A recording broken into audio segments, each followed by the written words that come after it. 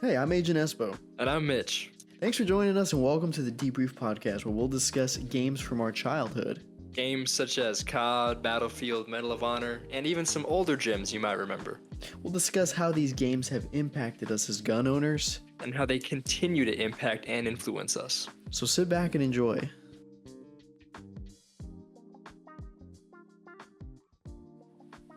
So what are we here for today? We're here for quite possibly the best. People will get upset if I say the best, but I think it's the best video game franchise, first-person shooter, online first-person shooter created. Better than Call of Duty? I would say. I would say really? better than Call of Duty. Mm-hmm. That's a bold statement. For many reasons. In recent history, I would say that is not true, but historically, That's true. It's got some high highs and some low lows. The low lows are only as of recent, though. That's true. It had a really good streak. To be fair, COD had a good streak too. Mm-hmm. But Battlefield's what we're talking about today. was better. Yeah. I mean, we were like, think of that though. Back in the day, our options were Black Ops 2 or Battlefield 4. Like, those are good choices. Now it's like you're trying to find something to play because everything is bad. Like, everything used to be up here. Now everything's just down here. And Call of Duty's still, they're on top of Battlefield now, unfortunately. Everyone just follows whatever game is being played. Like, it was Helldivers 2 for a while, and now it's Elden Ring because of the new DLC. Like, First gaming Descendant? is no longer those options. You heard about First That Descendant? too. Yeah, the yeah. What even the is anime this, like game, Destiny but it's or not something? anime. It's it's like Warframe, but I actually saw a video recently. They copied all of the icons from Destiny 2, like all the ability icons, and changed them like slightly. Little sketch, but yeah. All these games, all these trends.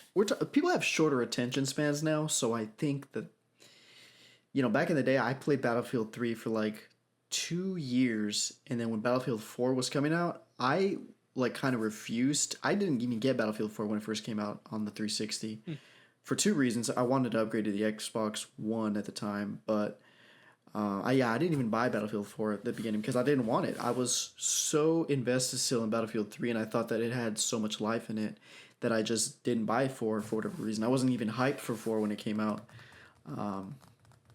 I was too young to remember any of the. Well, it's not true. I do remember slight parts of like the reveal trailer with the Siege of Shanghai.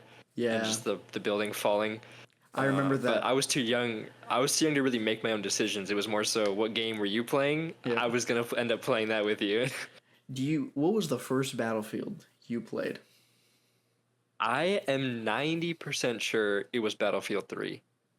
It was maybe 1943, just because you might have been like playing that and it was like free on the Xbox because they had like that whole indie game section or whatever, and it was like a part of it. But I'm 90% sure it's Battlefield 3. Yeah, Battlefield 3 was the first like real Battlefield you played at least. Because you were too young for Bad Company. Mm-hmm. So you didn't really play that. I played Bad Company 2. That was the first Battlefield I played. I remember where I was. I was in the back room, the TV room. You know it. It's historic. I know it. I was playing Modern Warfare 2 actually, and then I went back to the Xbox 360 dashboard. And if you remember, they used to have like the Major Nelson showcase. And he was like, I'm Larry Herb, Major Nelson. And he would like showcase a game. Well, he was showcasing Bad Company 2 at the time, and I had never even heard of it. And this was the first time I was watching Battlefield gameplay.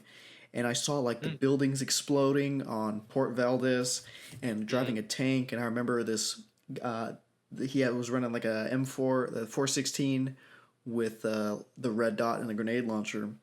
And I was like, man, this game looks cool. Like you can blow up buildings and there's different classes and something about it just kind of, I started looking it up and I saw this video of a guy, it's still on YouTube, but it was like how not to be bad at Bad Company 2. And that was like your what is it, rite of passage to watch that video before you played Bad Company. Like everybody in the Bad Company community seemed like they watched it, but the guy like broke down the game real easy for people, and he was like, "This is not Modern Warfare 2. Don't treat it like that. Like we got classes and roles. Like you're not just a sniper. There's a recon role to it." So I saw this game that had different classes, and it felt like, at least for me, like you had a purpose, like you had a job to do in the game. And it seemed like other people that I met on Bad Company 2 felt the same way. Of course, not everybody, but I was, how old was I? So I was probably 11 or 12. And I remember meeting older people, and everybody seemed like they were like, "Oh, you're an engineer? You're going to stick with my tank." Like I found a community of guys that would run tanks together, and, driver, gunner was always like an engineer. And we would do like little convoys and stuff, but it seemed like everybody was really working together. And of course, the destruction and the original Frostbite engine was so cool. Despite it, I mean, the cool parts being destruction and stuff. But I just thought that was a really cool concept for a game. And then I had heard about Battlefield 3 that was going to be coming out from some of the guys I was playing Bad Company with. He was like, "Oh yeah, Battlefield 2 was really good. I can't wait for Battlefield 3 where you can fly jets and stuff." And I was like, "Whoa, okay, this is going to be cool." And then Battlefield 3, the trailers started to drop. Do you remember any of the trailers for Battlefield 3? I don't. I remember like DLC trailers because that was already when I was in it, and I remember like the close quarters DLC fighting on like the little rooftop map. I forget what it's called now. It's been so long, but no, the DLC trailers I remember, but not the actual main reveals. No. Do you remember how old you were? Shoot, when did Battlefield 3 come out? 2011. 2011? Well, I doubt I played it on launch, but still, I played it well into its life cycle. So or not super well into its life cycle. So probably when I was like 7 or 8, I was playing. Because I don't remember you playing it at launch. I played it at launch. I was sometimes, my mom watches this, our mother watches this. Sometimes she would take my controller away. And because I would get bad grades or whatever. So she'd take the controllers, and I'd go to school, and I'd be like, "Hey," I'd tell like a friend or whatever. I was like, "Hey, you got an extra controller?" And he was like, "Yeah, I'll bring it in for you tomorrow." And he brought it in. So I have like this core memory of playing Battlefield 3 Halloween of 2011, because it came out like a few weeks before, playing like you and mom and dad like went trick-or-treating, and I was like, I'll just stay here. And then I whipped out my controller, and I was playing Battlefield 3. I was playing Bazaar Market. Vivid memory, core memory, playing Bazaar Market, like getting a game in while you were out trick-or-treating. So really good memories with it. But I think I bought that game for you because I don't even know if you had an Xbox 360 yet. I remember I liked watching you play. That was a big part of when I was younger. I would watch you play games because I couldn't play them either because like mom and dad didn't allow it, or I was just bad at it because I was too little.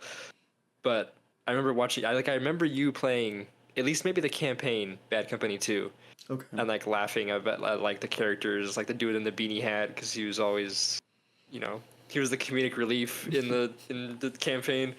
But no, I remember watching you play it. I would even scout out sometimes where mom hid the controller, just so I could, help a homie out.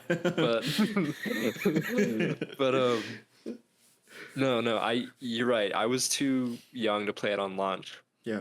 You definitely got it for me. I think it was a GameStop run. I still remember the little sticker on the Battlefield. It was like probably $30 at the time, so it was still good into its lifespan. But no, that's you got me into it, and that's where we started playing together, and then got like your friends also. Yep. That like Andrew. Andrew was in on it. Who else? Was Michael in on it? He wasn't a console guy, huh? Michael didn't play. Andrew was really Nathan. We're gonna have to edit that out. Editor's gonna have to beep that name out. But yeah, we had a guy, Nate. I don't even know if he played that much Battlefield 3. We played a lot of Black Ops with him, but Call of Duty would be a separate video we can talk about. But yeah, Battlefield 3 was, man, it was such a, what's the word? How could you describe it? It was revolutionary. Yes. Like, nowadays in Battlefield games, being able to fly planes, being able to, well, you could drive tanks in Bad Company too, but being able to fly planes and stuff was so new that it was cool. The It was destruction. super awesome. Now it's a staple. This destruction, massive staple. And I mean, for like PC guys in this era, like 2012 era, early 2000s, those were like where the Battlefield games started, right? Battlefield 1 and Or 2, 1942. 1942, yeah, 1942. That's where they started, but not many people knew them because at that time, I don't think PC gaming was as like big. You know, it was definitely more of a you need to be into games to kind of know what's going on You there. had to be like a Consoles were genius like back the then. more, yeah, consoles were the more user friendly, Yeah. just more easily accessible to everybody. So when like Bad Company, I'm pretty sure Bad Company was the first Xbox 360 Battlefield 2 The first one launch. was I could be wrong. Battlefield 2 Modern Combat, but I played very, very little of it. But Bad Company, yeah, the first one, you're right. Well, that was the first multiplayer Battlefield, I want to say, Yes. on console. It was at least the first one that stood out, and Yeah. Bad Company 2 just stockpiled onto that, was a great one. And then Battlefield 3 came out and really solidified itself as a great console game that added so many things. From, sure, you could probably get like an immersive shooter on like a PC game, but it was probably like a no name, like there's maybe a subreddit for it or a Tumblr group for it back then. I don't know. What were people even using back then? I don't know. I was just a little baby, so who I knows? think Battlefield 3 had a really hype marketing campaign from the Fault Line trailer, where you're Blackburn running around you're running around Iraq and whatever, and then that not tornado, earthquake hits. The Metro trailer, they had a really big hype campaign behind it, and that really brought Battlefield into the spotlight, I think. And because it was competing with Call of Duty, really, 2011 would have been competing with Modern Warfare 3. So, they were trying to, people, a lot of people have nostalgia for Modern Warfare 2 and the old Call of Duties. But if you remember during that time, you were a little bit young, but to the viewers, a lot of people will tell you today, Modern Warfare 2, best game ever. But a lot of people talked a lot of crap about that game when it was out because of the spawns, the noob tube, tons and tons of broken stuff. There's a lot of nostalgia that goes into people's opinions on the game. But I remember people raging, like that was a whole thing on YouTube, like people raging at the game, mad about how broken it was because it was so wildly imbalanced. And people were kind of, in certain areas, there was a little bit of COD fatigue, which is crazy to think about now. But at that time, people were like getting fatigued by it. So I think some people were like looking to go to try out another franchise Something at new. least. Yeah. Of course, people always came back to Call of Duty, but Battlefield 3 came out at a really good time where maybe there was a little fatigue for Call of Duty, even though I can't, my memory may be serving me wrong here, but Battlefield 3 was it. That, like you said, though, it brought it into the spotlight because it was like console and PC. And Exactly. we only played it 12v12, but what were you going to say? It kind of added things that hadn't really been done, like at least the first person animations looked realistic. And for the time, I think they still aged pretty well. They did. But just the movement system, the way the camera shakes when you're moving, the suppression system, granted it was a little, looking back, I was watching some videos on Battlefield 3. Looking back, it was kind of exaggerated. Yeah.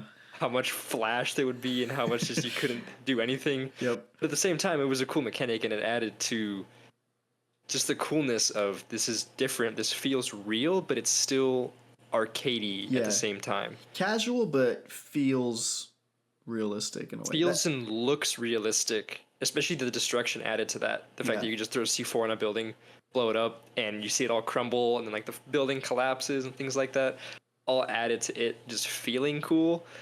Felt like you were in a movie. Still playing really well. Yeah.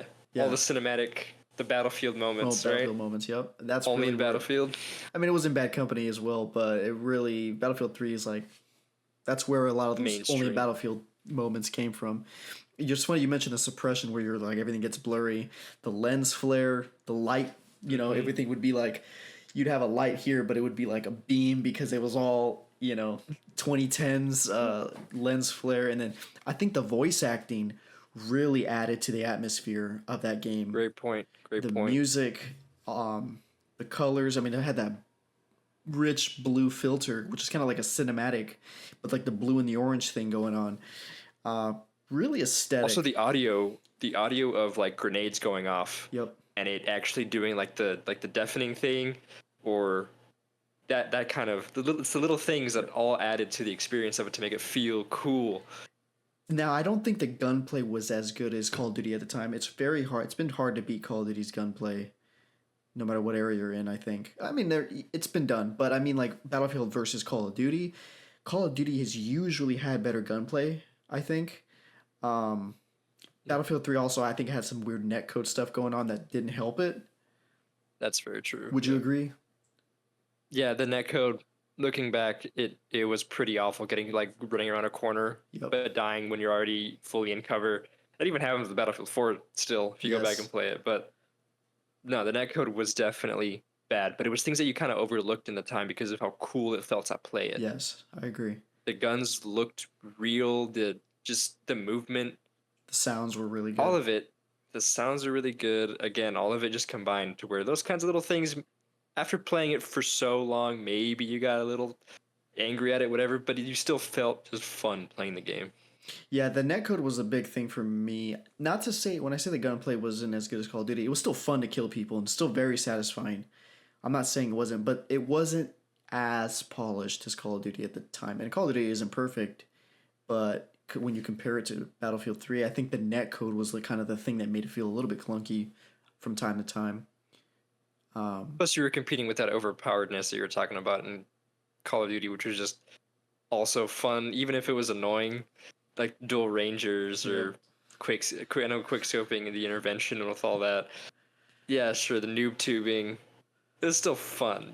That's a different experience than from Battlefield. They're two different. Everyone compares them all the time, but you also go into Call of Duty and Battlefield for very different things. Reasons. You know.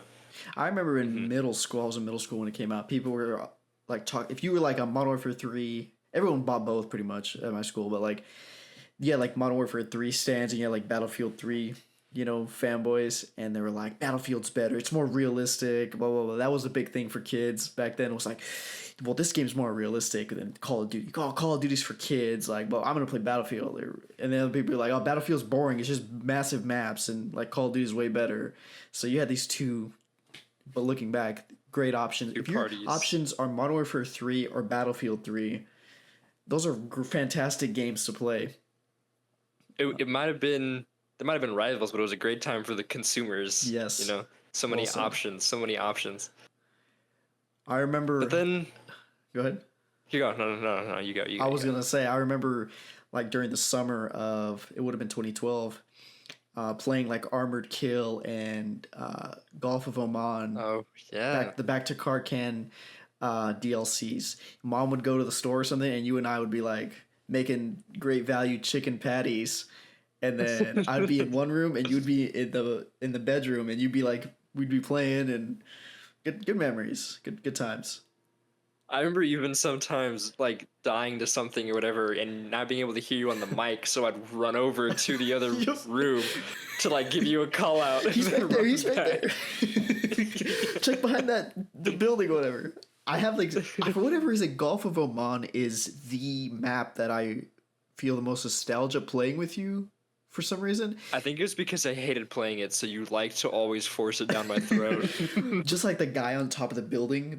There would always be some guy with an M98. Is that what it was? M98B? Yes. It's the construction building, right? Or Yep. the crane up there? It was a crane. Yeah. Yep. Ugh. No. Horrible.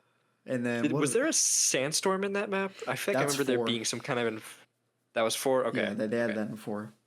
In Gulf of Oman 2014. That's what they called it. But yeah, Armored Kill. I mean, looking at the base maps, that was what Battlefield 3 really had going for it. Look at Caspian Border, Firestorm, Metro. I even like some of the less bizarre Grand Bazaar Market, I think. I forget the name of it. It was Bazaar Market something. Bazaar Market, Grand something like that. Grand Bazaar, or just Bazaar Market. Maybe it was just Grand Bazaar? Maybe. I don't remember. The only memory I have of that map is playing Rush. Okay.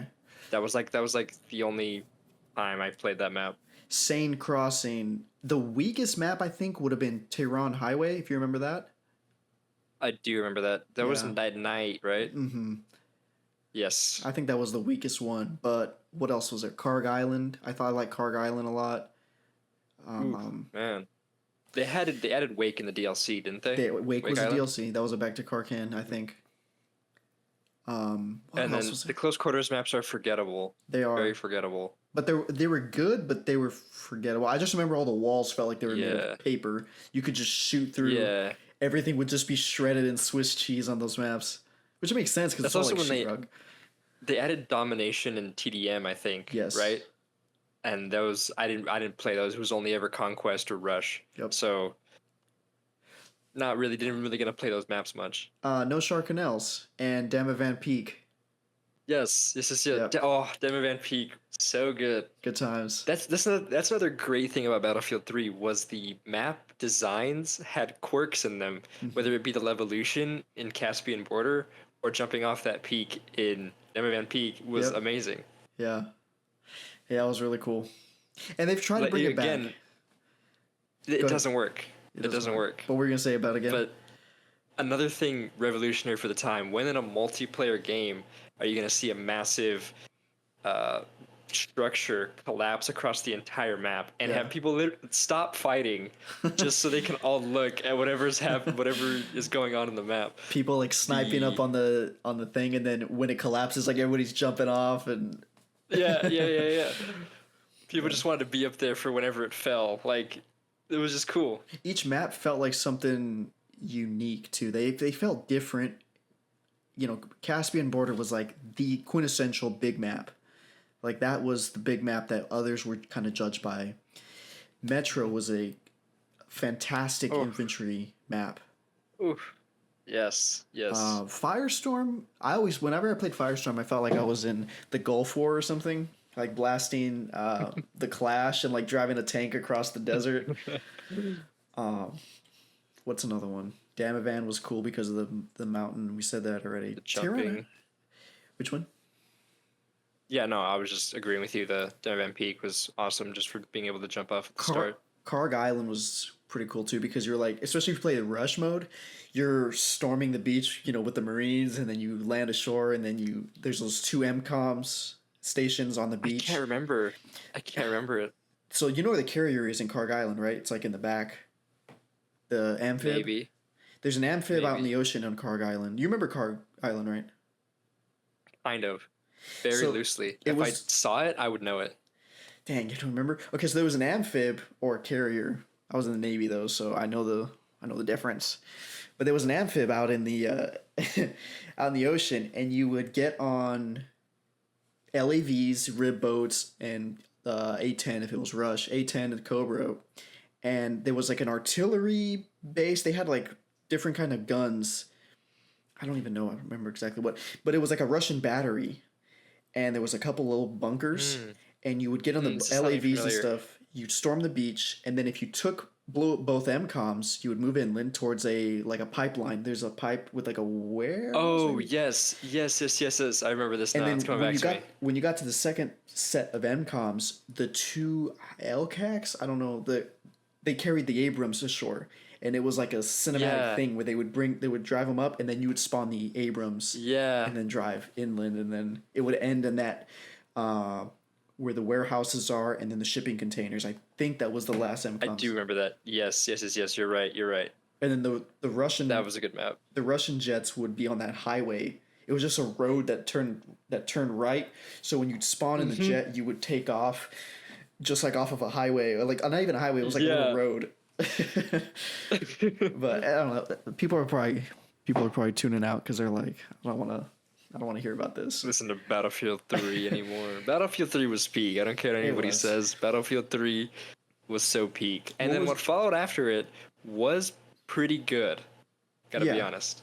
Before we get there, though, I want to ask you, what were some of your favorite guns from Battlefield 3? Right off the bat had to be the AUG. I used the AUG a lot. I don't know why. Little me, I guess, liked the futuristic looking gun with the weird magazine in the back. Was that an And assault? the M416.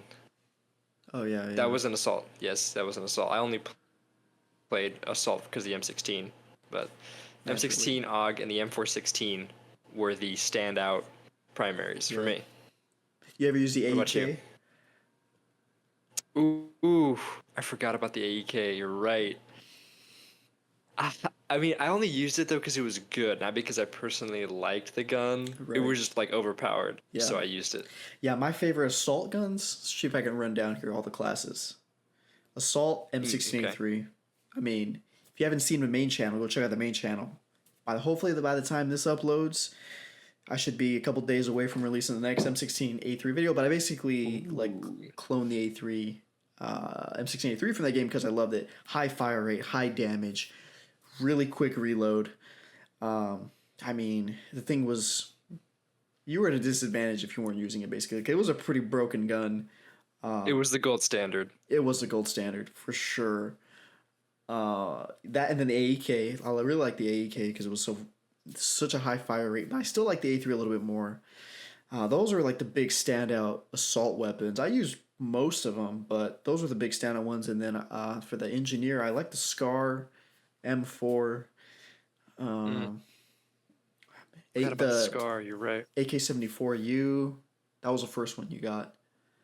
And then for the Yeah. support, I liked the. I don't even know. I think I use the M60 a lot or the MT40. I didn't really play too much support. And of course, Recon, the M98. M240. I remember the M240 being the best, Pretty the better broken. of the options. Yeah. Yeah. Yeah, good times. Good times. What about you? What was your favorite And the engineer support Recon? Recon I never touched. I was too scared of snipers as a wee little lad. Support I never really played either. I Yeah. just remember the M240.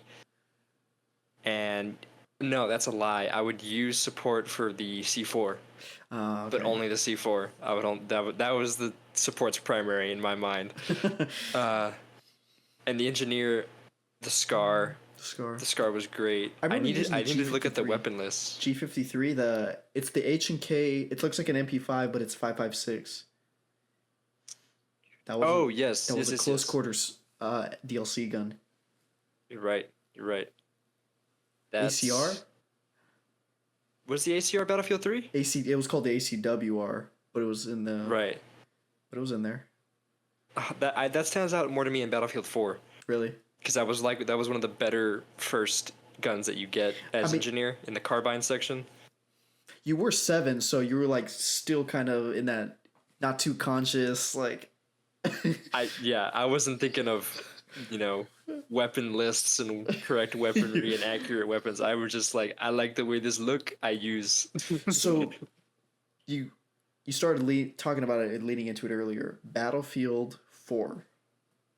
Yes. Yes. Battlefield 4 was, I call it it was really broken at the beginning. I said earlier I didn't really want to buy it because I like 3 more, but how would you feel about Battlefield 4? What is your memory? Now you're starting to get more conscious. You're starting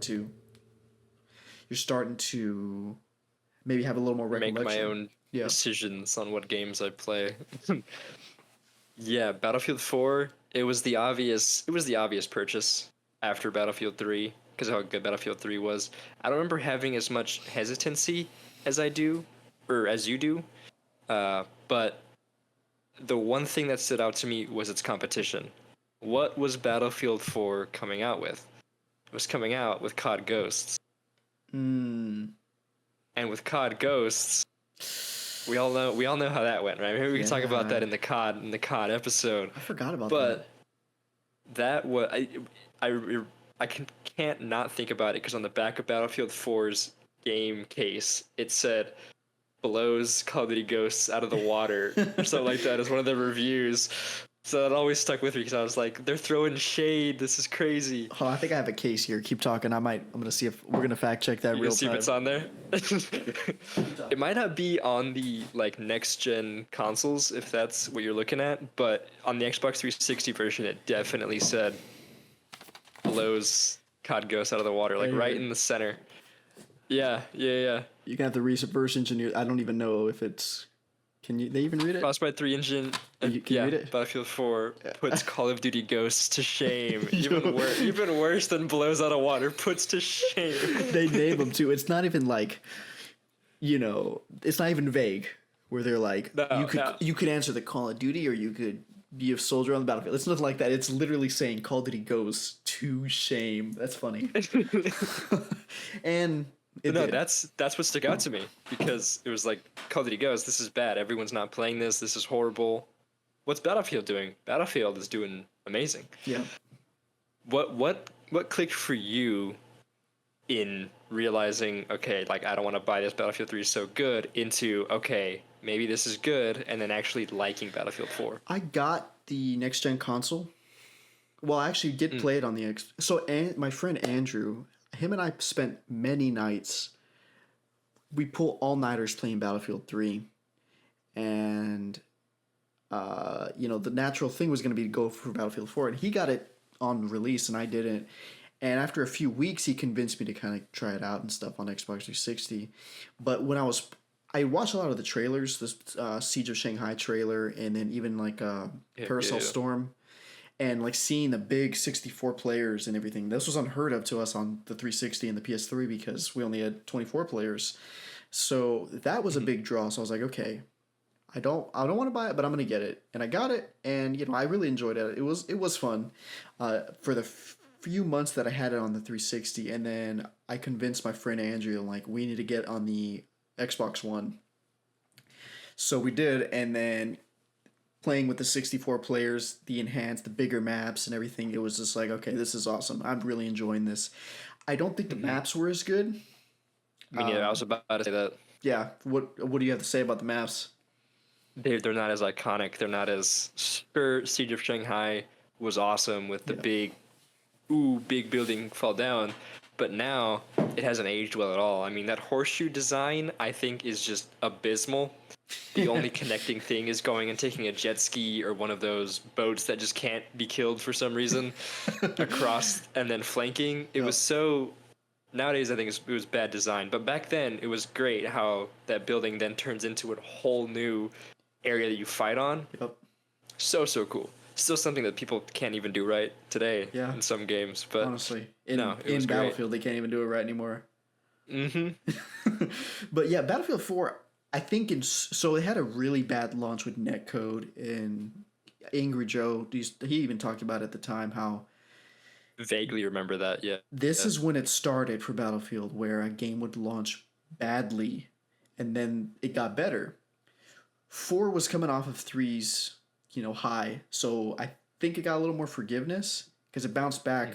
In my mind, at least, it bounced back right quick, relatively quick. Once they got everything fixed and the game was good, it was fine. But yeah, the maps were the big thing. Siege, I did like playing Siege of Shanghai, but I didn't like when the building exploded because then everything got chalky and dusty around, so it's just hard to see. And then frame rate dropped. Yep, frame rate drop. But yeah, the horseshoe is not great. The buildings kind of save Shanghai, but a map that is almost the same as Shanghai, but without buildings, is Lankang Dam, and that map is horrendous. Yeah. You know what I'm talking about? Yeah, you're right. Where you can shoot AA across, like, it's just a horseshoe, right? And you can just shoot in the AA, like, yeah, it's terrible. They're not... Parasol Storm, that was an okay map. Yeah. That was good. It was cool with the boat flying, or flying. Boat crashing into the island, and then now you can fight on that and all that. That was cool. Mm-hmm. The DLCs is where the maps got a little bit better. Yeah, I agree. For sure. Adding in all of the classic maps back into it, playing on those. Felt good. They played good still. They kept to my memory, they kept the best parts of it still feeling, true to the original. Yep. So that was good. The DLCs definitely saved the map variety, but luckily everything else about Battlefield 4 I think really, really shined. The way that you could use a variety of weapons on your classes now, you weren't as restricted to, you could run around with a carbine as a recon. Yep. That was awesome. Doing that kind of more variety in how you play and less restriction, it was still restriction, which is good, but it was less restriction. We can talk about examples a little later of how no restriction is bad, but you're right. They toyed around with it. That's a good that's a good point to bring up because I think in almost every way, Battlefield 4 is an upgrade to Battlefield 3, but Battlefield 3 is still going to be my Agreed. favorite because that's the first one I fell in love with. So Yep. 3, and I think some of the, oh, that's hard to say. Some of the like the Middle Eastern vibe about Battlefield 3 I really enjoy. Battlefield 4 felt different to me, but I think it is. A lot of people say 4 is their favorite, and I understand why. But in many ways, I think 4 is a good upgrade. Like you mentioned, the class thing, having more variety to play how you want while still restricting you to your role. And you still have to do your role. However, you have some more options now in like a carb. I think it has the best classes in Battlefield that Battlefield's ever done, I would say. That's how I'd say that. I agree. I think that they innovated on their original great system in just the right way. It wasn't too much, Yep. and it wasn't too little either. It was just a perfect sweet spot. And I think overall, like you said, that's what Battlefield 4 is improving on everything. Yeah. It was the perfect sequel to Battlefield 3. Yeah. It was able to rekindle what, or not rekindle, but keep on going what Battlefield 3 had started. Yes. It expanded on it. And it expanded on it. It Yeah. was just simply a great sequel. And it had the stones to add China into the game. You won't see that today. Very true. You would Very the true. 3 faction thing was so cool to me. You have because China was in Battlefield 2, and they hadn't been in any Battlefield since. But having all the Chinese guns and Chinese tanks and vehicles, jets and everything, that was really cool. And even like having the Russians and the Chinese fight. I still really remember enjoyed prior to launch looking up the uniforms of the factions for the upcoming game, and I saw like all the new Chinese uniforms, and I was like, "Yo, these look cool." The support guy kind of looks like a nerd, but the rest look pretty cool. Yeah, Battlefield 4 was a great sequel in a lot of ways. I don't think some of those maps were very strong. I think 3 had the best maps. 3 had best maps, 4 had best classes. And then you still want to talk about Battlefield 4? I mean, there's a lot. I could talk about any one of these games a lot. Very true. But yeah, the There's maps so were much the you can weak dig ones. into. What was your least favorite map on 4? Zavod? Ooh. I always call it Zavod 911. I think it's called Zavod 311. I hate Zavod. I hate the flood map where you Flood only Zone? fight on like those flood zone. Yeah. Mhm.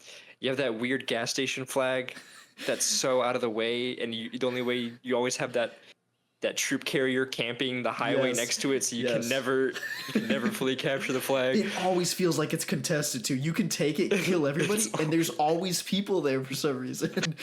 It's always contested. And like the swimming mechanics were cool. They were new in Yeah. Battlefield 4. Like being able to swim and shoot your gun at the same time. That was cool. But it was also really, really wonky. Yeah. So like with the waves and floods, and you would like try to get out of the up the stairs in those buildings, then you'd Yep. go back into the water, and it was just bad. It was bad. You would do that a few times, and then you would try to and that mixed with netcode, horrible. Ooh, Bad netcode, horrible. Really bad. Really bad. But it was kind of cool. They ditched It was a cool improvement. But what were you gonna say? cool improvement, but when done the right way, it's really good. But they didn't really do it the right way. A spot where they shined though was Operation Locker. Yes. That was a good spot for them.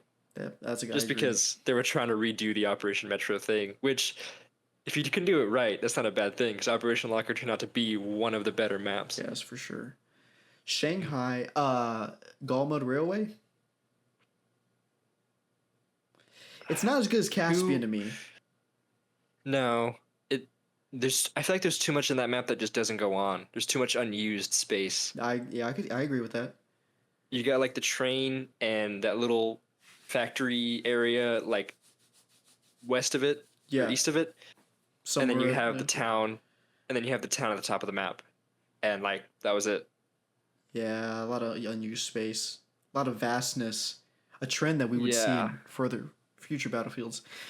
I do like it, but you can like how do we play it? We always go to the town, right? And Always we in the battle town. over A and B constantly because is it B that's closest to the Chinese spawn and maybe A to the Russians, whatever. There's one. It's a town, and then it's like on this side it's close to the Chinese spawn, on this one's close to the Russians. So you're always fighting, and there's guys to the, I don't know, north. I don't know. It's like to the top of the map. Always Yeah. snipers and recons, so you're constantly fighting over those two. I never feel like I can fight up here and then have There time was- to go other there- places. There was like that, like those couple buildings south of it. Yeah, that might have been C. It wasn't really in the center of the map, but it was a little ways down from the town. Was there a radio Like tower? there was like maybe. I think maybe. C might have a radio tower on it or antenna, whatever. Yeah, but still, it was still in the top part of the map. You Yeah. weren't really moving around that much. Yeah. What's another one? Locker, Shanghai. See, this goes to show how bad the maps were. They're very unmemorable. We can't Some even of them remember the aren't, names yeah. of them. The Gauntlet. DLC maps, there was like the Dragon Rising, China Rising, the Dragon China Rising. China Rising, Yeah. something like that. There was like a flooded building in the middle of the map. For China Rising? For China Rising, I don't yeah. remember that. It was the what was it called? I don't know. I remember But it was the desert map with a bunch of like, it looked like peanut brittle stacked on top. That takes place in the Gobi Desert, I think. Big desert map with the fire base in the middle. The one with the Kung Fu Panda mountains in the back. The really big. It's like in the Far Cry map editor when you like accidentally hold down the raised texture thing for too long, and it just builds like a straight up. yeah. I remember those two maps. I remember another one that had a big. It was during the day, very lush green Kung Fu Panda mountains, but there was like a cave in the middle. Mm. That's 3. I don't I'm remember. loosely remembering it. You're talking about I think I'm thinking about the final DLC they added. You're talking about the third one. I know what you're talking about now. It's like the hibachi restaurant in the middle with the sunken. Yes. Yeah. Okay. So- okay. Yeah. There was China Rising, and that had the B2 or the B1, the Lancer bomber that it would fly overhead. If you capture the radio station, you could get in it, and then the bomber would fly overhead, and you could mark a bunch of targets. You had, after that, it was the 2014 maps. It was Metro, Caspian, Gulf of Oman 2014, and then Firestorm, Caspian, Metro, Gulf of Oman. Firestorm, yeah. 4. Yeah. And then it was, I don't remember what it's called. Dragon Rising? No, because it was China Rising. It was Second Rising? Assault. And then it was Dragon's Teeth. Dragon's Teeth. Yes. Does that sound Dragon's right? Teeth. And that sounds, had that sounds right. the hibachi restaurant in the middle. That had that Bachi restaurant. Yep. And then it was Future Game or End Game or something. Yes. I don't know. What was the last DLC called? Future might have- Warfare Fighter. It might have been I don't Endgame, know. actually. Was it End Game? Where you had like the ODST dropships that you could like launch. Yeah. You get it and it would yeah. like shoot you. Like a clown cannon. It would just like project you across the map. That was. I can't remember. I couldn't tell you a map from there. Maybe a snow one with a train in the middle. That's it. That's all I can think of. It was like the one with the Not even a train, just a railroad. There's one with a giant. It's like Hangar 69 or something. It's a hangar inside of a mountain, and it's got a Yeah. 2142 Titan in it. And it's kind of like a night. Yes. Yes. You can launch- Okay. There's a snow one where there's the middle like sub base. I think is it a sub base or a missile base? And there's multiple places to get in, and in the middle it's like a canal. There's like water in the middle. Okay. Yeah. That Yeah. map. Yeah. I remember now. I remember. And then what else is there? Might have only been those. I want to say there's another one where there's like it goes down to like F. There's so many flags. I don't No, it recall. goes like H or something, bro. It goes way down there. But it's kind of a high mountainous area, kind of snowy peak mountains. It's No real. matter how much you describe it to me, I'm not gonna think of it. Yeah. But there's 2 more in that DLC that are there's just They're like just kinda big. forgettable.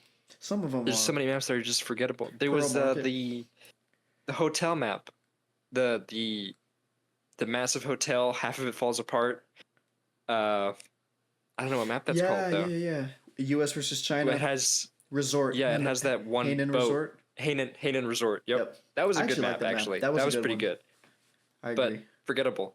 maybe we're tripping. Maybe some people listening to this can be like, why haven't Yeah. they said Hidden Resort yet? They can rattle it I off don't know. like that. Yeah. Maybe we're tripping, but Now, after they're just not as Battlefield, iconic. after Battlefield 4, good game. I'd rank it high. It's top 3 Battlefields for Very me. high. It's 1000%. Battlefield 3, Battlefield 4, Bad Company. No, we'll talk Well, about another one for me, actually. That we might will. be third place. We will. Now, I decided to serve the government, so I left home. I could never. And yeah, he could never do it. I left home, and a Battlefield game came out that I kind of missed. I kind of skipped this one. What was that Battlefield? You played it, though. That I played it a lot. Yeah. The fan favorite by majority vote. You ask anybody if they play Battlefield, they'll know this Battlefield, and that's it. Battlefield 1. Yep. Battlefield 1. Okay. Battlefield 1 had the best reveal trailer out of any Battlefield. The Seven Nation Army with the cinematic World War I shots was unbeatable. Yep. Even if there's somebody who doesn't like the game, you gotta admit that was hype. And again, another golden year for the competition, because what was facing Battlefield 1? Infinite Warfare. Infinite Warfare, the most disliked video on YouTube. Well, not anymore. Well, not anymore. But I think time. it was Assassin's Creed. Something beat it. But anyway, Battlefield 1. Yep. Tell me about it. This... You played it. I didn't really play it that much. Okay. I love history, right? And I think a lot of people getting into it also loved history. And with it being World War I, that was a nice kind of draw. I don't remember if there was a lot of complaining about it going back in time. If people wanted it to stay as a modern shooter, that I can't speak on. I feel like that would definitely be a thing people would complain about, but it definitely doesn't show now because of how many people like Battlefield 1. Oh, yeah. But Battlefield 1, I will agree it's a really, really, really well-made game. However, I don't think it is the best, as people say. I think it's amazing. The operations game mode that they brought in, revolutionary. I think that's what makes it so amazing. Yep. That's where you get all of the that's where you get all of the only in Battlefield moments that you see clips of anywhere. If you look at Battlefield 1, you will see operations, you'll see the train, you'll see the Zeppelin burning and falling to the ground. You will see all of these like amazing moments. That's what makes it feel like World War I. Yes. But I think that it plays very similar to Battlefield 4 in terms of the movement and like just how it kind of feels to play. It feels very much like Battlefield 4, but where it shines is its aesthetic. That whole World War I vibe feels so good. The voice acting really, really, really, really helped. I'm sure you've seen the clips of like the voice actors actually doing like push-ups and like lifting weights while they're doing their lines. The effort was insane. Oh yeah. And it showed. You felt so grounded in it. It was so good. I think they said it was a passion project for them too. They always wanted to do that. A lot of those developers had made the previous Battlefields. It shows. I mean, passion projects can hit. It's a very hit or miss thing, and they definitely hit with what they were doing. Now, how's the weapon balance and the classes in that, as far as a Battlefield game goes, and not a interactive movie? Because I always thought that stuff was too broken. I didn't play it a lot. I popped in and out, but I always felt like for some reason horse guys were invincible unless I was on a horse, and I get on a horse and I would be killed immediately. But I would have like a rocket launcher and I'd be shooting this horse with like because you have to like lay down and like have like this balloons TD cannon, and you gotta like load the back of it and shoot. And I would like hit the horse and they wouldn't even die, and I was like, but I'd be on it and I would get killed immediately. I could never figure it out. I agree. I think the balancing is probably the worst part of the game. You got everybody running around with the Hellriegel? The Hellriegel. The experimental gun. Everyone starts running around with those. That was the only gun being used. Or the trench shotgun, which was horribly broken at launch. Really? You could go on crazy feeds. Its distance was insane. It was a one shot from like probably 50 feet. Like, it's accurate, I guess, to World War One. Yeah, you're right. The gas mask was a cool trope but got really annoying after a while, having to always put it on, and then now you can't aim. Sure, it looked cool, but after a little while, it was kind of annoying. Gimmicky, would you The say? vehicles were insane. Gimmicky for sure. Vehicles were insanely powerful. Tanks, insanely powerful. Planes, so annoying. They didn't add until very, very late in the life cycle a anti-air gun that people can use, and even then it wasn't that good because you had to lay down, and there was like a shotgun blast of just like garbage at these planes. I just remember the planes like flying overhead, and it would just be like you would hear a bunch of like stuff falling around you, and then you would just die. It would just like drop like a bunch of little grenades, and then you'd just be dead. And being able to repair your plane mid-flight, yeah, you can just go glide and just repair yourself, and then keep going. Yeah. The balancing was pretty weak, but it was fun. Right. And it was really, really immersive. What, besides not being able to actually like play it because you were, otherwise occupied. What drew you away from Battlefield 1? It might have been the setting, actually. I wasn't really big on World War One at the time. Well, you can upset a lot of people here. I didn't really care. I felt like I was like World War Two, yeah, but like World War One, everybody's just sitting around in trenches and bolt guns. And like, did you feel it might have been a little too like steampunky for you? Yes, that's a good point. I do remember thinking that. Well, I was torn, right? I wasn't really interested in World War One as a game because I felt like, I mean, it's cool, but it feels that feels too old to play. World War Two feels like a good mix, but World War One in my mind felt too old. But then I saw the game and I saw how diesel punky it was, and I was like, this kind of feels weird to me. The uniforms didn't even feel that accurate. Weird, right? I'm complaining because I don't want an accurate World War One game, but then they don't give me an accurate World War game, and I'm not interested. I guess ultimately I don't really want to play World War One, and I don't really want to play a diesel punk game either. So I was just kind of not interested, I think, in that. And I even remember, controversial, watching the trailer and being like, this doesn't even look like World War One. I couldn't even tell what war it was from some of the because like the guy with the big metal helmet. Admittedly, at the time I didn't know much about the First World War, but some design choices felt a little strange to me. Some of the uniforms I think look weird. Like everybody's got their face wrapped. Yeah. So I think those kind of and just where I was in life, I didn't really play that game with many friends. When I played it, I pretty much just played it alone, or I played it with you. Here and there, though, not a lot. And I don't know I really don't know what it was. I think sound design and when you were playing Breakthrough in Operations, like that's where it really shined. And I really did like fighting the Zeppelin and the train and the boat. Was it the Dreadnought? Yeah, Dreadnought. I thought that stuff was cool because it was like a big boss battle in a multiplayer game. So I did enjoy those moments, but as like a Battlefield game, I wasn't. I don't know. It just didn't really hold my attention, I guess. Was it like you didn't feel like a Battlefield game? It felt more like a World War One game. There was like a disconnect there of like. You think you were so used to Battlefield being modern that you were like World War One. This isn't Battlefield, and there was a kind of like it might maybe have been internal subconscious like disconnect. The only other game that wasn't a modern Battlefield that I had played was Battlefield 1943. Which was an Xbox 360 arcade game. I really liked that game. Right. But there was something I really couldn't tell you I can't put my finger on why I didn't like one that much. It might have been I just wasn't interested in the weaponry. Very true. I don't know. Maybe just my lack of knowledge about World War One. I just kind of wasn't interested at the time. You mean you ask anybody, like I said before, about Battlefield, they play Battlefield, they'll say, oh yeah, I love Battlefield 1, or Battlefield 1's my favorite. And I think it's just because of how aesthetically pleasing it is. You go in and you see all these bombs blowing up and all this gunfire and all the people screaming and this and that, and it just feels cool. You feel like you're in a war.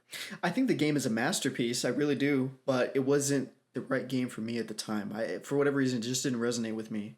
But I think that the game is really well done. And I would be, if they released it today, I'd probably be all in. But at the time, I just wasn't that interested, I guess, for whatever reason. So I kind of missed it, and it's gonna hurt. It's gonna hurt some of you, but sorry I wasn't there for you. Maybe I was just the time of my life. I was stressed out. I was doing something else and couldn't find happiness. Maybe I don't know. Okay, I was there and I enjoyed it. Yeah, I enjoyed maxing out my recon so I could use the little 2mm pistol. I think that was cool. What it did though, it got a lot of people interested in that period, that historic period and stuff. And I think that that's really cool that they highlighted and they did that for World War One, because now a lot of people are into it that maybe wouldn't have been if they didn't play Battlefield 1. Camera overheated. Let's do a little focusing. Okay. Lock in. So yeah, that was Battlefield 1. Battlefield 5. This is starting to become the end of. This is where it jumps a shark, I think. This is where it gets emotional. Yeah. This is where it gets emotional. Talk me through that It first trailer. It had such a good streak, beating out COD Ghosts, beating out Infinite Warfare, and then finally, they got a little too rambunctious. They got ahead of themselves. Battlefield 5 reveal trailer. Anybody who knows. Anybody who knows that Robot arm. disappointment. Woman with the robot arm and the cricket bat. That's all that needs to be said. That's all that needs to be said. You go from a trailer that was amazing, Battlefield 1's trailer, 7-Nation Army, gassing people, cricket, melee combat in the trenches, aircraft, ships, all that, and then you get a alleged lesbian with a robot arm with a cricket bat jumping out of windows in World War II, and you got a lot of mad people. A lot of people were angry about this for a multitude of reasons. Not to mention they were all like British, like Cockney accent, like, oh, we're so cool. This is World War II. Like Guardians of the Galaxy if they were in World War II. That's how it was feeling. Like a ragtag, like, oh, boy, bruv, we don't follow the rules, Joey. And then face paint. Yeah. They'll put a picture, maybe we could put this up in post, of a guy who looks like, what's a God of War guy? What's his name? John God of War or whatever? Kratos? Yeah.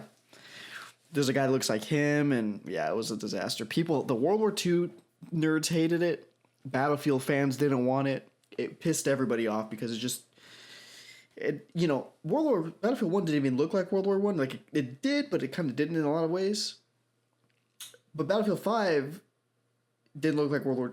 I totally lost my train of thought. Battlefield 1 wasn't exactly accurate, but it felt authentic still. Yes, that's a good way to You put still felt like you were in World War 1.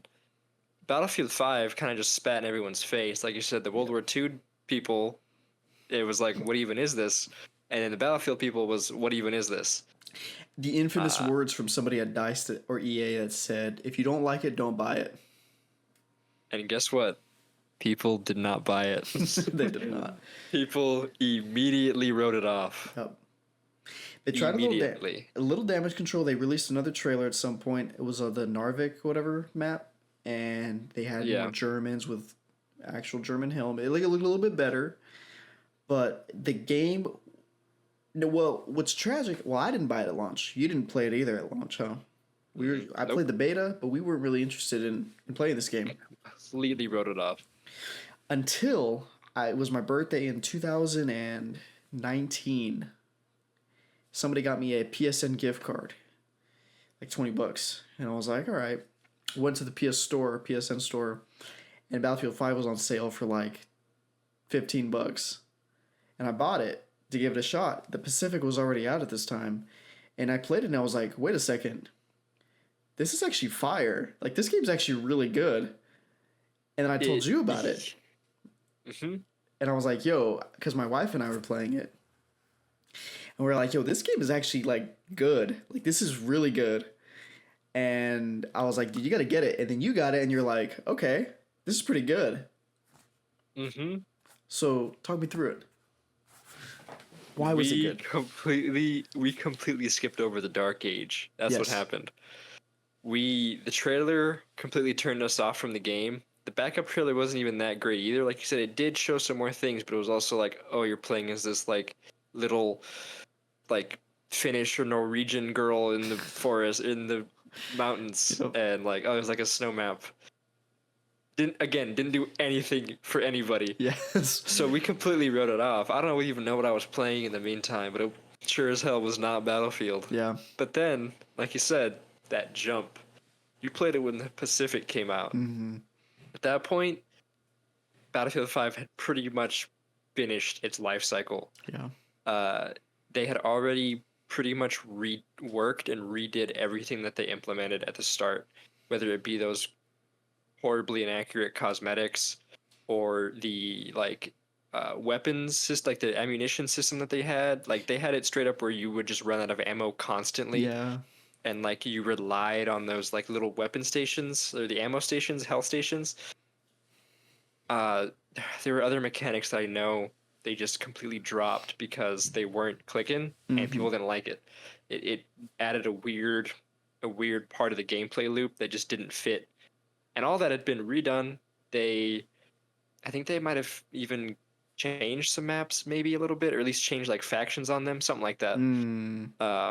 But that might have been a little bit later. I could be getting ahead of myself. Or the last season, I think they ended up. You're right. They added the U.S. to some of the because when we first played in 2019 on that one map with the bridge in the middle.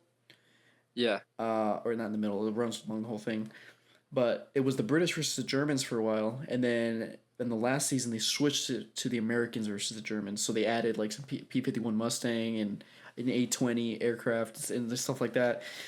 So yeah, but yeah, we played it at the end of the life cycle, and we played it at its peak, essentially. And at a base game level, it was really good. Solid. It kind of did the opposite of what Battlefield 1 did, where like, okay, yeah, maybe the gameplay, sure, maybe a little clunky here and there, but the aesthetic is so good that you overlook any little clunkiness. This one was great gameplay wise, Yeah. but aesthetically it wasn't good. Yep. However, the Pacific really, really, really helped The aesthetic. carry that back. The aesthetic combined perfectly with the gameplay, and it just felt great. The movement is really, really good. The weapon design, I can't really say much on because I didn't really look at the guns that deeply, because with World War II, it's more of just like, oh, it's a Garand. I already know that the side picture is going to be massive than it really should be. Yeah. But it's like, oh, it's the Garand, it's the 1911, it's the Thompson, it's the MP40, yada yada yada. It's really, you have to try really hard to mess those up. The Vanguard, but For real. but For real. no, Pacific completely turned it around, and it is a phenomenal game. Yes. If you like Battlefield 5 is so much fun. It's really, really overlooked. I think it has the best gunplay in the whole series. I would say so. Agreed. Earlier I said Battlefield 3 had the best maps. Battlefield 4 had the best classes. I would say Battlefield 1 had best aesthetics, best atmosphere, and Battlefield 5 has the best gunplay, I think. And movement. And movement, yes. Which I guess it kind of plays in the gunplay, but yes, movement and gunfighting is great. Because, now correct me if I'm wrong, either you, Mitch, or the viewers, I'm fairly certain that there's no... It's not bloom for the recoil, it is... Or for the gun, for the shot spread, there may be bloom, but I think it's more recoil based. That's what it feels like. Yes. I don't know exactly what goes into making a game. I don't know, it's like, okay, maybe they used bloom here and there, but it 1000% feels a lot more recoil based. Yes. I think there's a little hint of bloom because there's like certain recoil buffs you can add on your gun, and it'll literally tighten the spread. Yeah. So it's like, okay, you're not shooting as crazy. Right. So I think there's a little hint of bloom, but it definitely feels, it could just be netcode is a lot better. Yeah. But it definitely feels a lot more not so Polished. loosey-goosey as Battlefield 4 and Battlefield 1 could have felt at sometimes, where you're just kind of shooting to no avail. Right. This one felt really, really honed in. And I really feel like if I see somebody in the distance with my, you know, having some whatever gun, I can hit them. If I do recoil right, like I put shots on target, like I'm going to hit exactly where I want to hit. It feels like Yep. that much more than it does in 2042, which we're Fourth, about to talk about. fourth, for sure. Man, I really like Battlefield 5. Even with like the female soldiers and some of that stuff, I can look past it because I'm not playing a simulator. A lot of people can't look past it, and that's why they'll never like Battlefield 5. I can look past optics on a World War II gun. I can look past women in the game. Now, would I want that It's added just to? a lot of fun. Because it's a lot of fun. Would I want added to Hell Let Loose? Absolutely not. Hell Let Loose is a different kind of experience, and I want that to remain accurate and authentic. But 5, because we had red optics in Call of Duty World at War, so red dots and NIDAR sights in a World War II game, and I didn't have an issue with that. So if the game is fun, is what I care about first and foremost when it comes to like one of those kind of casual games. And Battlefield 5 is a lot of fun. I think the soundtrack is amazing. Really good. Pretty good voice acting in it as well. Just the atmosphere of planes flying overhead and explosions and the gunfire, everything is really good in Battlefield 5. If you've never played it, highly suggest giving it a shot. Highly encourage. Yeah. Buddy revive system. I really enjoy really the buddy good. revive, yep. It helped that lack of medics. Granted, I didn't think there was already a disconnect in Battlefield 1 from like role playing, like literally playing the role, because everyone was just using Assault because he had the Hellrigel. Yeah. But I digress. That lack of medics that's very, very apparent in especially 2042 was combated with that squad revive, that buddy revive. You can go over and help them out. Not to mention it was extremely cool shots from when you're down, you have your hand out and you're seeing like all the explosions or whatever. That was just cool too. But another great addition to Battlefield. It is still Highly very encouraged. atmospheric. Even in the Pacific, that's where its atmosphere is on par, I would say, with Battlefield 1's atmosphere. Base Battlefield 5 Iwo game, Jima. not really, but yeah, Iwo, Wake Island, those atmospheres are like how I imagine most people felt when they played Battlefield 1, kind of, if that makes sense, because I think they're on par. And Battlefield 5 was the last good Battlefield. What makes you say that? What could possibly have come after Battlefield 5 that makes you think that way? Don't be sad. This is just how it works out sometimes. 2042 felt like it took everything Battlefield had built over the last 20 years and said, we want to be Call of Duty, Fortnite, and Tarkov now. We don't want to do any of that stuff. We're going to do our own thing. We're going to have operators. We're going to have massive maps that don't work at all with 128 players or any player number. Nostalgia bait portal mode. Bloom, horrible weapons. Bloom at the beginning. It's gotten better now. Battle bugs. Royale / extraction based mode. No campaign. No campaign. No aesthetic. No aesthetic at all. Horrible music.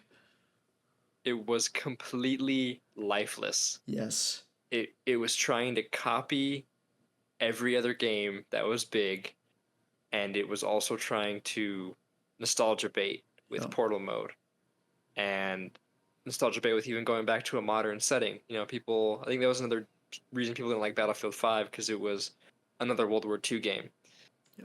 And so going back to modern, it's gonna be like Modern for 2019, guys. Look at my cool tac reload. You know, it's gonna be so cool. Oh, they got the SIG tower in here. Like, oh, it's gonna be so cool. Or the spear. The MCX. Yeah. Oh, it's gonna be so cool.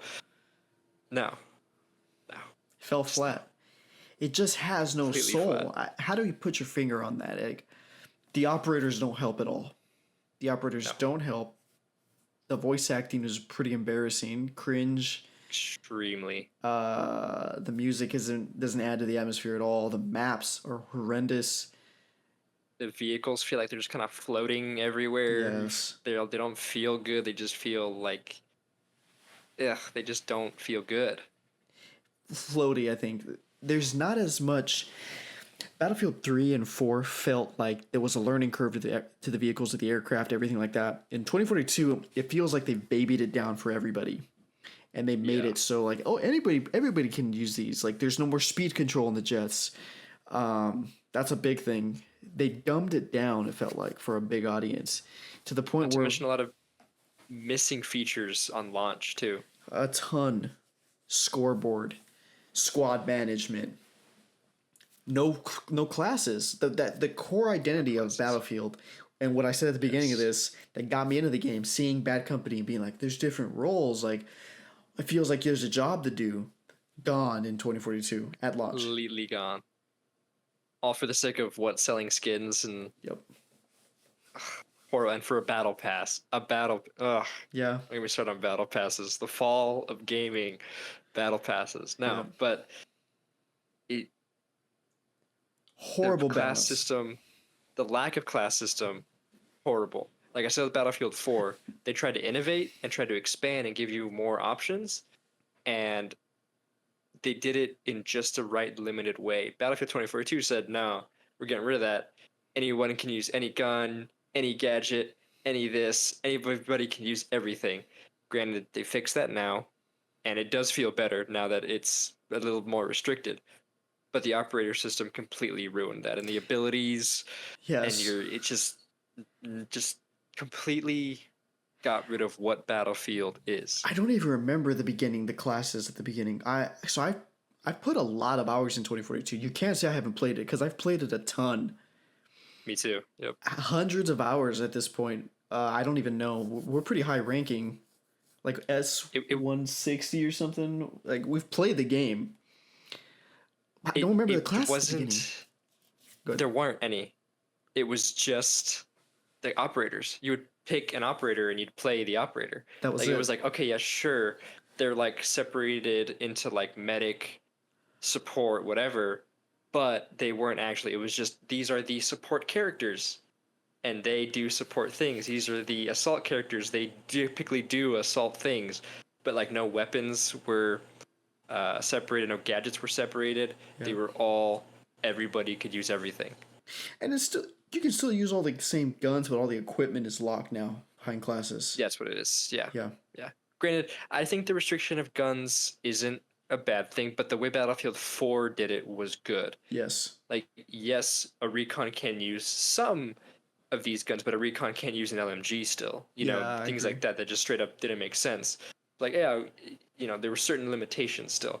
This one has no limitations with guns, which is just, it lacks the identity of what Battlefield was, is that you were this specific role. You weren't just a player playing. You weren't just a guy dropping in to Verdansk like Warzone has you doing with your own loadout, going to do your own thing.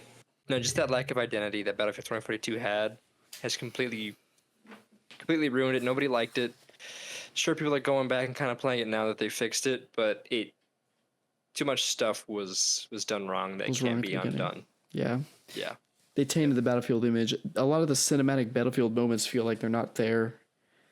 Mm-hmm. Yeah, they still happen, but they don't happen as much.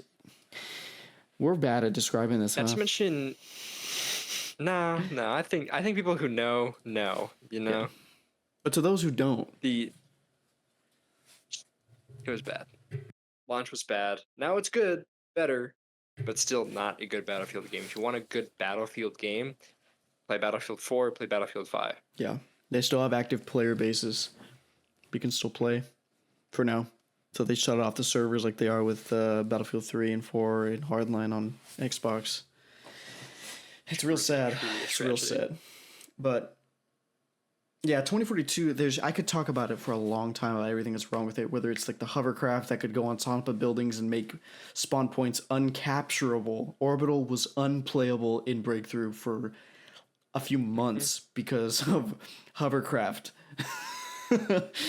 Insane. The G.I. Joe tractor truck that would drive around, the Hydra, whatever it was called, with the stupid... Everything was overpowered at some point. Yeah.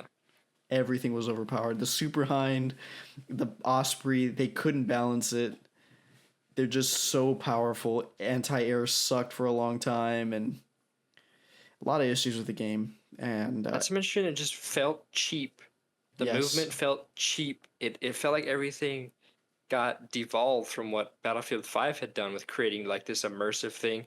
2042 does not feel immersive at all. It feels like it's trying to be a COD clone, and it yeah, does it in a very bad way. Battlefield was always its own thing, doing its own thing. It was never trying to be something else.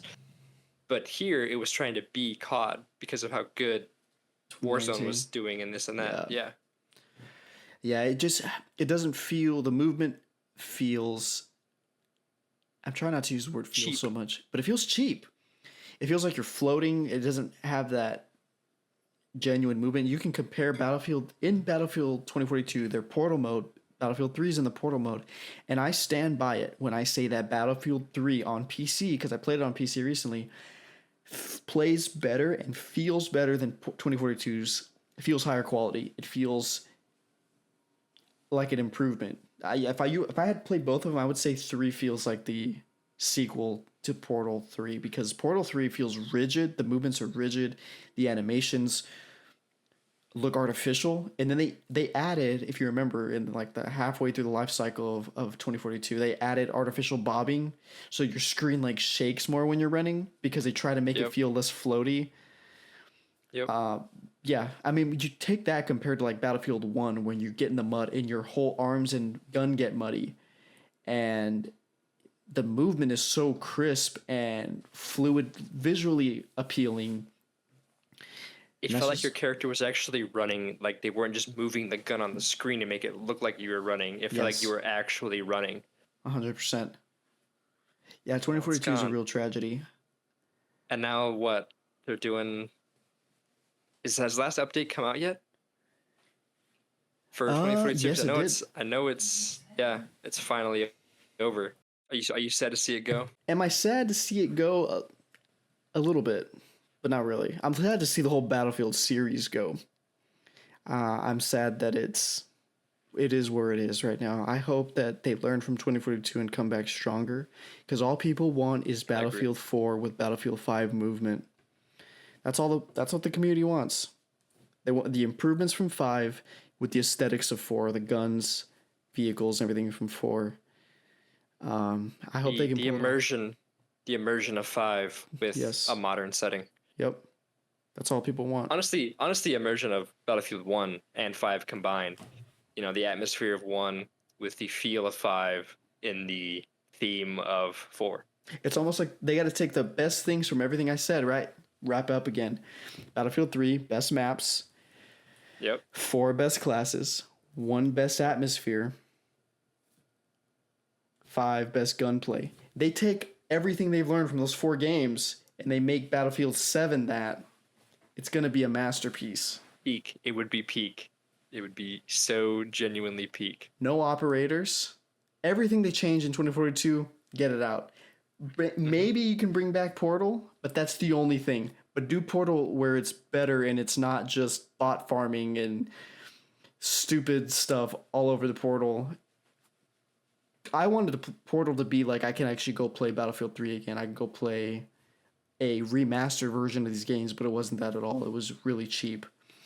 If And the really engine sad. was good that they were running off of with all this great movement that Battlefield 5 had, if it felt like that and it was just that, it would have been so good. Yeah. But they that cheapness infected everything. Yeah, unfortunately. So what do you see Battlefield All we can going? do I was going to say, all we can do is hope that it gets better. That's where I want it to go. I want it to do what you said, combine those best parts and throw out something great from it. But I think a lot of what they do will depend on Black Ops 6, how that Interesting. does, how that performs. You think they'll do the There Cold War? always, I don't, maybe. I feel like they might. I feel like there's leaks already, probably somewhere that I saw that said like, oh, it's gonna be another kind of like near future game. But I think however Black Ops 6 performs, they might tweak some things to kind of feel that way. I wouldn't be surprised if there's an Omni movement Yeah. in Battlefield 7 or something. You know what I mean? That kind of, it might not be thematically, oh, they're gonna do Cold War, but they're gonna throw in little things that, depending on how well Black Ops 6 is received. But know, I just hope it's they come back. I hope it's a big comeback. Knowing EA, Battlefield 7 is going to be a near future game with operators again, so they can sell skins in a battle pass.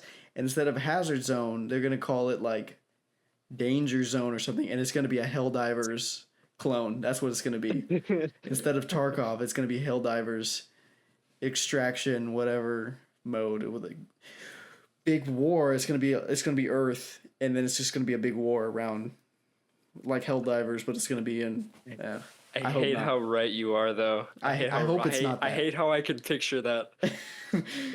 Where it's a PvE experience. Like, oh, they'll have a campaign. It'll be bad, but I think there'll be a campaign.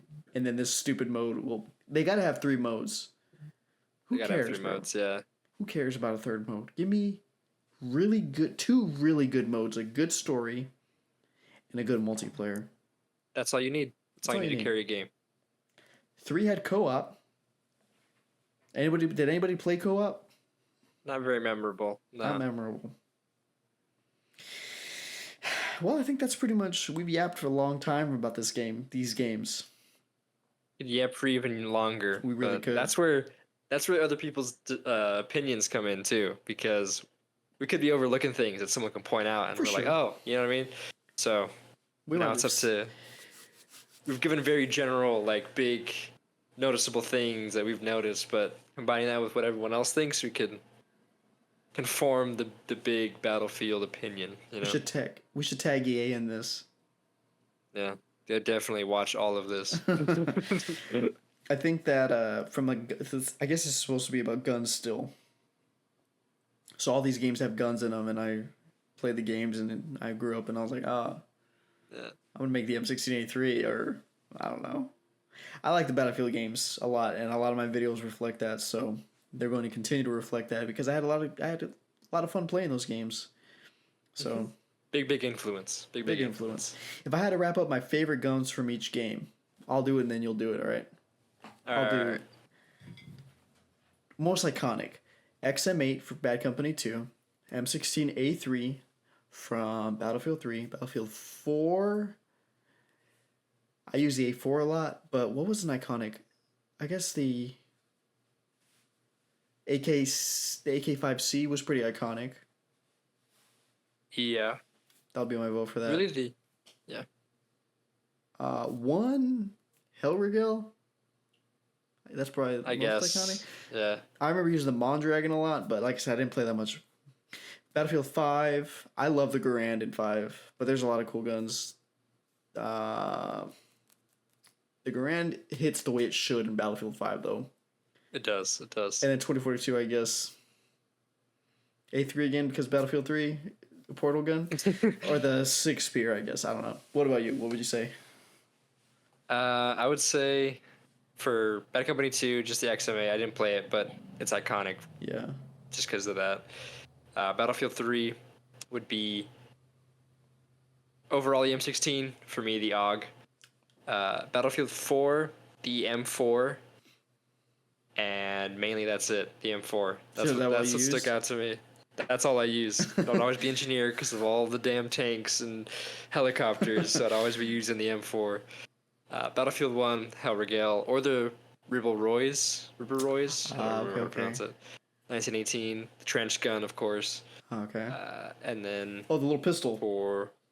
Yeah, little pistol, yeah. The Calibri. And then Battlefield 5 would be the STG and the Gewehr. 43? What is it? The Gewehr 43. Yep. No. The Sturmgewehr. The Sturmgewehr. That's the one. Yeah. Yep. The Sturmgewehr. The People's Rifle. Those two. People's Rifle. I think that's what it's. And then 2042, it'd just be the Spear, and it wasn't even that great. It was actually pretty decent, but like. Does anything stand out? I guess it's the most iconic. No, I just use the portal guns now, so. Yeah, nothing really stood out, huh? Nothing really stood out. Sad. And from a gun guy perspective, 2042 has a plethora of guns that you would enjoy. It's got like all the NS, whatever, the future guns that the Army just tested. It has like that bullpup gun and the six spear. It's got the 416, the M16. It's got a ton of guns from other games. XM8's in it. From a gun guy perspective, it should be very iconic, but the game itself just doesn't hit. Just doesn't hit. Unfortunate. Very sad. Not to say I haven't had fun on it, because I've had a lot of fun on 2042, but overall, it's just not their best work. It's just not their best work. So, you got anything else to add? No, I think that about wraps up my feelings on the Battlefield franchise. Well, thanks for listening. If you stayed this long, I appreciate you listening to the yapping and my multiple camera failures that we had to restart for, but we appreciate you guys. Thanks for listening, and we'll do another video here soon. If you haven't subscribed or checked out the main channel, it's called Agent Espo. AGENTESPO.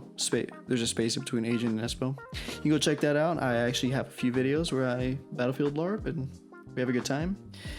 And then you can find co-host Mitch here basically nowhere, because he just does a podcast. I just exist on this podcast for now. Maybe some other things will pop up, maybe on Instagram or something. But maybe he'll start an OnlyFans. But like sketch. That's all we got for you. So, you got anything? You got anything to add?